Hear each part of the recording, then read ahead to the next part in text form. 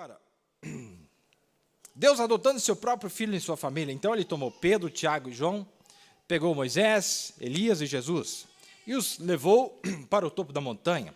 E lá, se vocês notarem, ele se transfigurou diante deles. O que foi isto? Colocou em um lugar público, lá em cima na montanha. Estão vendo a similaridade? Então, quando ele fez isto, o que ele fez? Ele se transfigurou. E a Bíblia disse que suas vestes brilharam como o sol em sua força.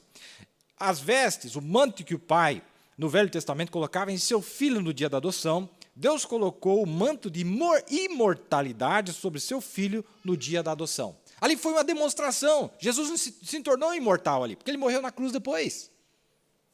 Ali era só uma demonstração do que ele vai ser daqui a pouco. Imortal, glorificado, majestade, poder, glória, domínio absoluto, suprema autoridade. Sobre tudo e todos. Natureza, nações, pessoas, água, vento, luz, sol, tudo em pleno comando. Não que ele não esteja, mas ele vai se manifestar. Vocês entendem? Só que ele não vai fazer isso sozinho. Ele está precisando da sua família junto com ele, com o mesmo poder que ele tem, com a mesma autoridade que ele tem. O irmão Levi está negando que as coisas podem acontecer aqui? Não, mas só que a promessa da plenitude não é para cá, é para lá. Isso nos dá um descanso tão grande, irmão. E o profeta, todas as vezes que isso se manifestou, ele disse assim, foi a soberania de Deus, não fui eu que pedi. Não tem que você forçar, você virar um budista e jejuar por 150 dias para fazer essas coisas. Não vai acontecer. É a soberania de Deus na hora certa. É a vontade de Deus sendo feita na terra. O qual foi a oração de Jesus. Não é? Isso aqui está na mensagem, a ele ouvir, ou escutai-o, de 1958. Ele disse, agora, deixe-me parar aqui só por um minuto. O que Deus... Ele diz, lá no Velho Testamento, um homem construiu uma casa. E ele conseguiu uma noiva para ele, e, de repente, ele se tornava um grande homem, como uma organização, como as de hoje. Isso era bom. A próxima coisa que acontecia, alguém nascia naquela casa.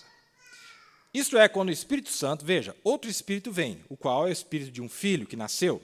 Este filho, ele não estava em pleno comando, e nem era herdeiro até que atingisse uma certa idade. Ele tinha que ser provado primeiro. Então, eles tinham a lei da adoção.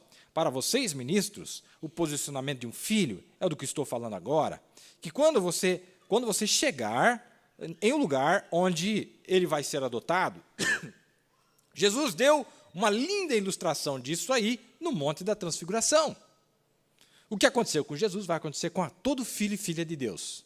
Deus vai te levar num lugar alto e vai te adotar. Fala, pode falar. Demonstrações, irmão. Você lembra do irmão Branham? Irmã Mosier, fala, o que você quer? Fala. O que você quer? Uma pequena demonstração. A salvação de 2 filhos. Salvação de 2 filhos, pequena demonstração. Ah, esse Deus é maravilhoso, irmão. Ele quer que você acredite nas pequenas coisas. Você crê no pequeno, então você vai crer no grande também. Porque fé é assim, irmão, que você crê. Independente. Como eu disse, Deus nunca vai fazer nada fora das suas leis para realizar qualquer coisa. Se você tiver... Aí ele diz aqui, no Velho Testamento, quando esse bebê nascia, então eles observavam, vigiavam aquele bebê para ver como era o seu comportamento. Então o pai, sendo um grande homem de negócio, então talvez ali tinha, já com seus 40 ou 50 anos de idade, e ele não tinha tempo para ensinar esse bebê. Então, o que ele fazia? Naqueles dias, eles não tinham escolas públicas, como temos agora. Então, eles tomavam o que nós chamamos de tutor, ou alguém que criava a criança, um professor, e este professor era o melhor que ele conseguia encontrar. Então, ele tinha que ser verdadeiro para contar ao pai a verdade a respeito do menino. E quando esse menino chegava a uma determinada idade, se ele fosse maduro, se esse menino fosse um rebelde, não prestasse, não se importasse com os negócios do pai, tudo que ele fazia era flertar, e sair com as mulheres, e beber, e ir para a jogatina, e para corridas de cavalo, esse menino sempre seria filho, mas nunca seria colocado numa posição para ser herdeiro de tudo que o pai tinha.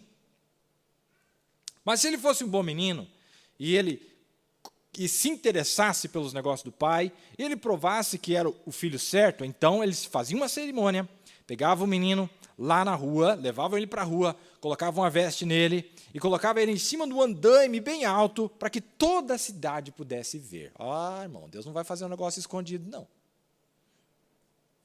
Eles faziam uma festa e um jubileu, e então o pai tinha a cerimônia de adoção. Ele adotava o seu próprio filho no seu negócio. E então, este filho era coigual com seu pai. Em outras palavras, se fosse hoje, o nome do filho seria tão bom no cheque quanto o nome de seu papai. Olha que benção, irmão. Gostei dessa parte do cheque. Né? Vivendo nesse país miserável que tem que ficar brigando por migalha, essa pobreza. Eu não vejo a hora de eu receber esse cheque, irmão.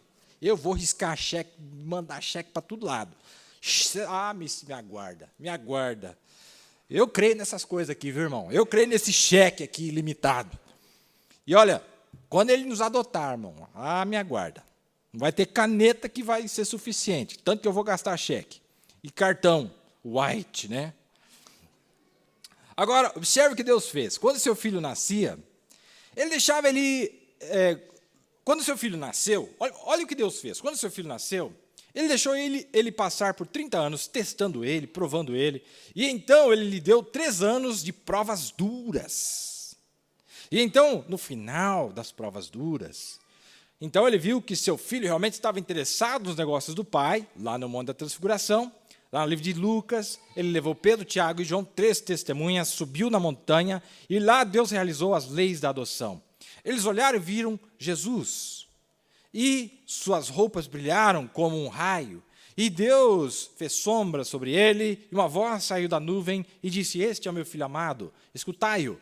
E eu vou me assentar agora e não tenho mais nada para dizer. O que ele disser é a lei e verdade. Olha, o pai agora fala, agora assume aí.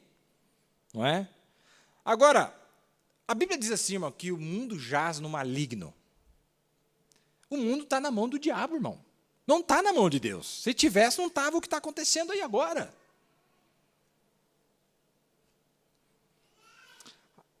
Agora, a igreja passou por essas escolas, ela se casou lá atrás, muito tempo atrás, se tornou uma denominação, uma organização.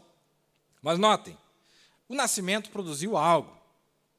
E se vocês chegaram no lugar agora chegou no lugar onde a igreja pentecostal, com o novo nascimento, tem sido testada e provada, e está chegando no lugar onde Deus não lida com a igreja como apenas uma organização. Ele não lida com a igreja como um grupo de pessoas, ele lida com a igreja como indivíduos, cada indivíduo na igreja. E chegou um tempo, e não é segredo, nós todos vemos isso, quando um homem prova, e Deus o ama, ele leva em algum lugar, lá na frente dos anjos, e faz algo por ele, o eleva, lá na presença de Deus, e lhe dá dons, e lhe enche, e lhe estabelece. Esta é a era na qual nós estamos vivendo agora. Está na mensagem, para que foi dado o Espírito Santo. E nós vimos isso, irmão, o Mombrana, o profeta de Deus, esse grande homem de Deus, ele falava e a coisa acontecia. Tem um amigo meu no Canadá, ele é polonês de origem, conheço muito bem ele, o nome dele é Andrew. E ele vende carne congelada. E ele bateu na porta de um cliente, ele me contou, umas vezes que eu fui no Canadá, ele me contou. Ele falou, eu bati na porta e fui conversar com uma senhora idosa, comecei a conversar com ela, e eu comecei a testemunhar para ela. Ela perguntou, mas o que você crê? Ele falou, nós somos evangélicos também, inclusive meu marido é um pastor, e ele disse, nós queremos um profeta e tal. O William Branham falou, eu conheço o William Branham. Ele falou, já estive nas reuniões. Eu estive nas reuniões de William Branham. E aí ele se interessou todo, falou, você esteve? Estive na reunião dele, e ela contou, ele disse, uma vez nós estávamos na reunião de William Branham e veio uma gangue de 10